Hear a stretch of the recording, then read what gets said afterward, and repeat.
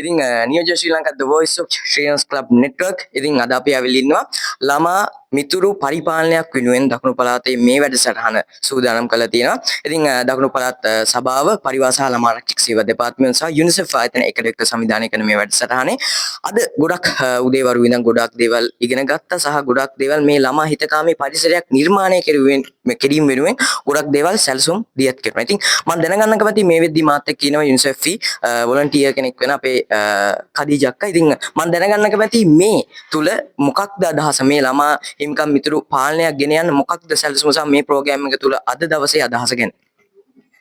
Thank you.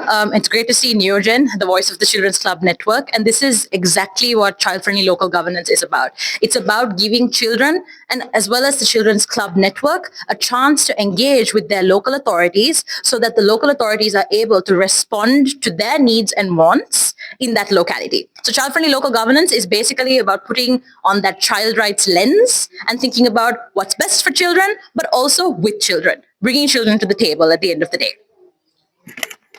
ඉතින් බොහොමත්ම ස්තුතියි. ඉතින් යුනිසෙෆ් වෙනුවෙන් අදහස් ප්‍රකාශ කිරීම වෙනුවෙන් සහ මේ වැඩසටහන තුළ අපි ගත්ත දැනුම සහ මේ දකුණු පළාත් ළමා සභාව සහ පරිවාර සහ ළමා ආරක්ෂක සේවා දෙපාර්තමේන්තුව සහ යුනිසෙෆ් ආයතන එකට එක්ක සංවිධානය කරපු මේ වැඩසටහන ඉතා නිර්මාණශීලීත්වය මේ ළමා පරපුරේ උන්නතිය උදෙසා ගෙන යන මේ වැඩසටහනත් එක්ක අපිටත් එක්වීම ලැබීම පිළිබඳ ගොඩක් ආඩම්බරයක් අපිට තියෙනවා. ඉතින් අපි නැවතත් මේ වැඩසටහනේ තවත් සවිස්තරාත්මක තොරතුරු ගෙවින් බලාපොරොත්තු වෙන ඔබට සමග ගන්න අපි නියෝජ්‍ය ශ්‍රී Lanka The Voice of Children's Club Network